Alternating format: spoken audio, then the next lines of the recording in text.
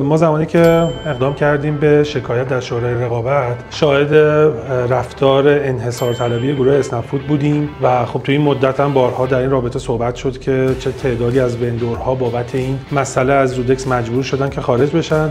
و مشخصه که پرونده بابت این بندی که در قراردادهای اسنپ‌فود وجود داره و وندورها رو منع میکنه از همکاری با پلتفرم‌های دیگه موضوعی بود که شکل گرفت و ما هم تصمیم گرفتیم که این مسئله رو به صورت قانونی دنبال کنیم. در رابطه با این موضوع من باید توضیح بدم. خوشحالیم که گروه تپسی هم اقدام به این شکایت کرد و در این مسیر همراه ما بود، ولی مسئله‌ای که وجود داره اینه که دو شرکت به طور مستقل اقدام به این روند و شکایت کردن و من فکر می‌کنم ابتدا شکایت رودکس در شورای رقابت مطرح و ثبت شد و بعد از اون بود که گروه تپسی به این موضوع اضافه شد و به هر حال در این مسیر ما یک سری همفکری‌ها و مشارکت‌ها داشتیم که بتونیم از موضوعی که هر دو طرف خواستار اون بودن که اجرایی بشه دفاع کنیم و خوشبختانه این مسئله برای هر دو گروه محقق شد. ارزیابی ما از این موضوع اینه که با توجه به اینکه حکم تایید شده و قرار ابلاغ عمومی بشه بتونیم با توجه به این رأیی که گرفته شده وندورهایی که قبلا در پلتفرم زودکس فعالیت داشتن و دوباره به این پلتفرم برگردونیم. قطعا در این مسیر چالش‌های زیادی از سمت رقیب ما خواهد بود و فشارها همچنان ادامه خواهد داشت. من فکر می‌کنم که وندورها نیز باید در این مسیر ما رو همراهی کنن، چون تنها راهی که ما میتونیم به یک فضای سالم